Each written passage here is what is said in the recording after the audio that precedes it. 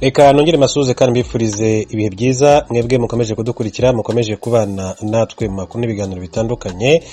Mu gitondo cyo kuri wa mbere tariki ya 7 Gashyantare ab'inkwakuzi bari bageze ku mupaka bitegura kwambuka bajya mu gihugu cya Uganda. Nyuma yaho mu byemezo by'inama y'abaminisitiri biherutse, guverinoma y'u Rwanda yemeje ko imipaka yose yo ku butaka igomba gufungurwa kubera yuko impamvu zari zaratumye ifungwa hanini zijyanye n'icyorezo cya COVID-19 zamaze gusa nkaho zigenda zigabanuka.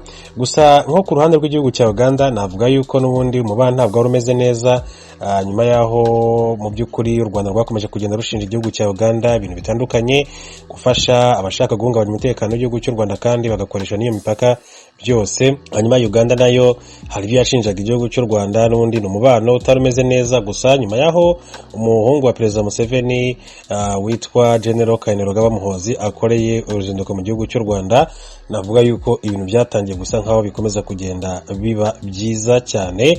Imipaka rero ikaba yamaze gufungurwa, ntabwo ari ku ruhande rwa Uganda gusa ndetse no ku ruhande rw'igihugu cy'u Burundi niko bihagaze, ku ruhande rw'igihugu cya Kongo niko bihagaze, ndetse no kuri Tanzania abaturage bakabemerewe kuba bakwambuka umupaka bakajya mu gihugu kimwe, bava muri Uganda baza mu Rwanda, bava mu Rwanda bajya muri Uganda cyangwa se n'ibindi bihugu byose bihana imbibi n'igihugu cy'u Rwanda. Ni inkuru nziza rero ku basanzwe bakora cyane cyane ubucuruzi bwambukiranya imipaka ku mpande zombi. Reka rero tuve kuri inkuru n'undi tukivuga ku gihugu cya Uganda, babwire ko umuhungu wa Perezida Museveni Kainerugaba Muhoozi abona we na Perezida Paul Kagame bakwiye ishimwe rikomeye cyane. Umuhungu wa Perezida Yoweri Museveni wa Uganda hakaba n'umugaba w'ingabo zirwanira ku butaka abona mu masaha make we na Perezida Paul Kagame w'u Rwanda ati barageze ku byo abandi ba diplomate bose bo ku isi batigeze bakora, bityo bakaba bakwiye ishimwe. Yavugiye ku rubuga rwa Twitter kuri wa 6 Werurwe 2022 yishimira ko kuri wa mbere imipaka itandukanye ibihugu byombi yongera kugururwa cyangwa se gufungurwa, urujya n'uruza rukongera rukabaho.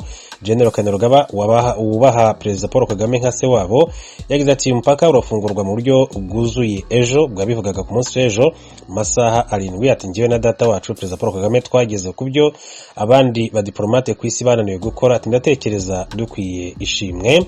Icyemezo cyo gufungura imipaka yo ku butaka cyafatiwe mu nama y'abaminisitiri iherutse guterana ku tariki ya 4 Werurwe 2022 hashingiwe ku kugabanyuka k'ubwandu bw'icyorezo cya COVID-19 mu Rwanda no mu bihugu bihana imbibi. Ku ruhande rwa Uganda cyafashwe nyuma y'icyo gufungurira umupaka wa Gatuna amakamyo atwara ibicuruzwa cyo ku itariki ya 30 Mutarama 2022 byabaye nyuma y'igihe kinini wari umaze ufunze bitewe n'umubano w'ibihugu utari wifashe neza. Umupaka rero wafunguwe nyuma y'uruzinduko rw'umunsi umwe General Kainerugaba Muhoozi yari yagiriye mu Rwanda tariki 22 Mutarama, aho yakiriwe na Perezida Paul Kagame bakagirana ikiganiro cyabaye imbarutso y'iki cyemezo. Navuga ko ari ibintu byiza cyane. Reka rero turebe n'andi makuru atandukanye akomeje kugenda avugwa cyane cyane ku bijyanye n'ifungurwa ry'uyu mupaka. Imipaka yose ihuza u Rwanda n'ibihugu bibanyi byarwo kuva kuri no wa mbere hiruguruye. Iyi ngingo yafashwe n'u Rwanda yoba none yega imipaka y'u Burundi yari yarugawe kubera imvo za politike. Umupaka wa Burundi twebwe turafunguye, ariko ibindi bijyanye n'imipaka n'abinjira n'abasohoka n'ibyo hagati y'ibihugu n'ibindi n'ubundi nibirebana na Minisiteri ishinzwe ububanyi n'amahanga. Iyo tuvuze ko dufunguye imipaka biba bivuga ko ibihugu duturanye nabyo biba bifite uburyo bigomba gukorana za serivisi z'abinjira n'abasohoka. Uyu ni umushikiranganji ajeje intwaro yo hagati mu Rwanda Jean-Marie Vianney Gatabazi. Ino nkuru iri muzo twabateguriye handi hato mube hafi y'amaradiyo yanyu.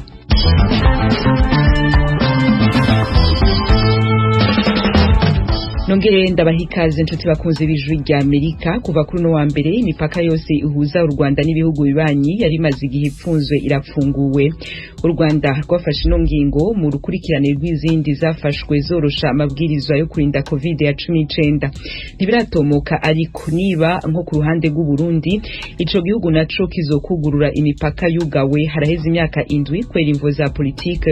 Inkuru tubaza mugenzi wacu Assumpta Kaboyi ari Kigali mu Rwanda. Mu kiganiro cyihariye ijwi rya Amerika ryagiranye na Minisitiri w'Ubutegetsi bw'Igihugu Gatabazi Jean-Marie Vianney yasobanuye imipaka izafungurwa yariyo. Mu kwezi kwa gatatu k'umwaka wa 2020 hari hafashwe icyemezo cy'uko imipaka ifunze kubera COVID-19. Ubu rero uko mumaze iminsi mubizi imipaka yo mu kirere yarafunguwe, ariko imipaka yo ku butaka ku ruhande rwa Uganda, Tanzania n'u Burundi urujya n'uruza rw'abaturage ntabwo byari byagafungutse. Aho abaturage bari bemerewe kugenda ni ku ruhande rwa Kongo, byari bisanzwe bifungutse, ariko ubu rero ni urujya n'uruza rw'abaturage ku mipaka y'u Rwanda, Burundi, Rwanda na Tanzania, u Rwanda na Uganda, ndetse no gukomeza kurwana na Kongo. Ni ukuvuga imipaka yose y'u Rwanda yemewe n'amategeko irafungutse ku baturage kwambuka cyangwa kuza. Minisitiri Gatabazi yumvikanije ko imipaka izafungurwa ari isanzwe ifite serivisi za gasutamo, hatarimo inzira zitemewe abaturage bajya banyuramo. Minisitiri w'ubutegetsi bw'igihugu kandi yumvikanishije ko iyi mipaka izafungurwa ku bantu ndetse no ku bicuruzwa biva mu gihugu kimwe bijya mu kindi.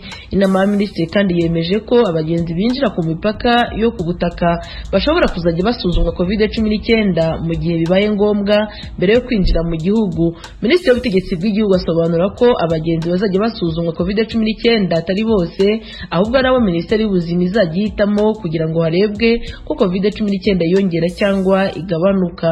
Ikindi cyasobanutse nuko abinjira cyangwa abasohoka mu gihugu bazajya bubahiriza amategeko yo kwirinda COVID-19 yashyizweho na buri gihugu. Imipaka igiye gufungurwa harimo Gatuna wari warafunguwe mu mpera z'ukwezi kwa mbere uyu mwaka nyuma y'imyaka igera kuri 3 ufunze. Gusa urujya n'uruza rw'abaturage ntirwahise rutangira kugenda kuko abayobozi b'impande zombi bagaragaje ko hakiri ibigomba kubanza gutegurwa mu rwego rwo kwirinda COVID-19. Uyu mupaka kandi kimwe n'uhuza u Rwanda n'u Burundi ntiyari yafunzwe kubera icyorezo cya COVID-19, ahubwo zari impamvu za politike. Umupaka w'u Rwanda n'u Burundi wari umaze imyaka igera kuri 7 ufunzwe nyuma y'aho igihugu cy'u Burundi cyashinjaga leta y'u Rwanda gucumbikira abakekwaho kuba inyuma y'umugambi wo gushaka guhirika ubutegetsi bw'uwahoze ari perezida w'u Burundi Petero Nkurunziza. U Rwanda rwo rwavugaga ko rudashobora kubohereza mu Burundi kuko byaba binyuranyije n'amategeko mpuzamahanga, gusa rukizeza u Burundi ko rudashobora kwemera ko bifashisha ubutaka bwarwo ngo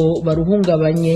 Minisitiri w'ubutegetsi bw'igihugu twamubajije icyabaye kugira ngo iyi mipaka yose yongere ifungurwe, dore uko yadusubije. Umupaka w'u Burundi twebwe turafunguye, ariko ibindi bijyanye n'imipaka n'abinjira n'abasohoka n'ibyo hagati y'ibihugu n'ibindi, ibyo bundi nibirebana na Minisiteri ishinzwe ububanyi n'amahanga.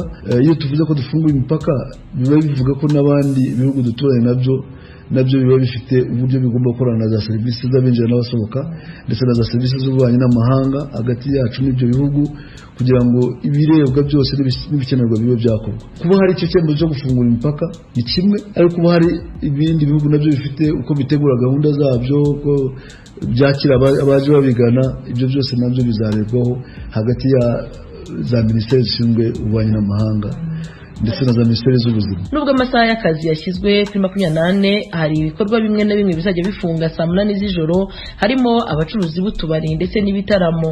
Abari basanzwe bacuruza utubari bagaragaje ko uyu mwanzuro wawishimiye, gusa ngo kuri bamwe uje ukererewe kuko bamaze guhomba. Iyo biza kuba nka mbere, ariko ubu ngubu bije twamaze gusubira ku isuka, twazengerejwe n'amande rero byatumye nsubira ku isuka. Naho ubundi ubu rwose abantu bari bagiye gukora, ariko abantu benshi basubiye ku isuka nta mabwiriza mashya yo kwirinda COVID-19 agaragaza ko abantu bazajya bahurira ahantu hateraniye abantu benshi nko mu modoka rusange, mu nama ndetse no mu musengero bazajya babanza gusabwa kwerekana ko bikingije COVID-19 mu buryo bwuzuye.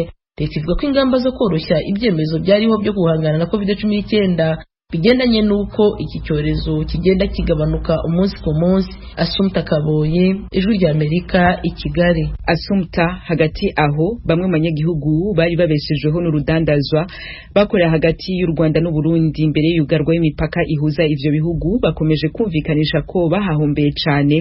Mugenzi wacu Desire Hatungimana muri no nkuru ikurikira atugira ku muriri w'agahombo kugarije abarimyi b'ivyamwa bo muri commune Rugombo intara ya Cibitoke bivuye ku vyamwa vyabo batakironka aho bashorera. Abarimyi bo muri segiteri Gabiro Ruvyagira yo muri commune Rugombo intara ya Cibitoke barijukiye kuri ivyamwa vy'imyembe n'imicungwe. Umwimbu uraba mwiza, ariko muri kino gihe bamenyesha ko ataco uri kurabamarira. Bamenyesha ko biriko biraborera ku biti kubera amasoko yabuze. Icabitumye nuko ataburenganzira bafise bwo gushorera umwimbu wabo mu bihugu bibanye nka Kongo n'u Rwanda, kuko imbibe z'ivyo bihugu zugaye. Babwira Ijwi rya Amerika ko agahombo ari